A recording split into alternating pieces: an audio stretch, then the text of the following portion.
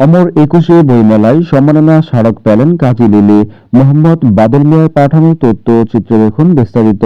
প্রবন্ধ গ্রন্থ ক্যাটাগরিতে প্রথম স্থান অর্জন করায় বিশিষ্ট কবি, লেখক ও বারিচা সরকারি প্রাথমিক বিদ্যালয়ের প্রধান শিক্ষক কাজী লিলি পেলেন অমর একুশে বইমেলার সাহিত্যিক সম্মেলনের সম্মাননার স্মারক।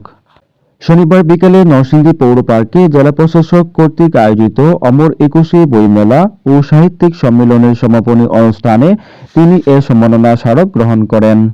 নরসিংদী জেলা প্রশাসক ও জেলা ম্যাজিস্ট্রেট মোহাম্মদ আনোয়ার হুসাইনের সভাপতিত্বে উক্ত অনুষ্ঠানে প্রধান অতিথি হিসেবে উপস্থিত ছিলেন গণপ্রজাতন্ত্রী বাংলাদেশ সরকারের স্বাস্থ্য ও পরিবার পরিকল্পনা মন্ত্রী বীর মুক্তিযোদ্ধা অ্যাডভোকেট সর্দার সাখাওয়াত হোসেন বকুল।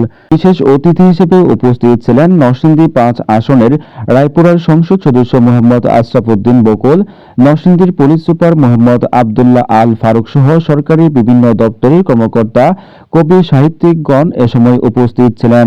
কাজী লিলি বলেন, জীবন ও জীবনবোধ প্রবন্ধ গ্রন্থ ক্যাটাগরিতে প্রথম স্থান অর্জন করায় আমি বাংলাদেশ সরকারের স্বাস্থ্য ও পরিবার পরিকল্পনা মন্ত্রী বীর মুক্তিযোদ্ধা অ্যাডভোকেট সর্দার সাখাওয়াত হোসেন বকুলের কাছ থেকে পুরস্কার গ্রহণ করে খুবই আনন্দিত ও গর্বিত।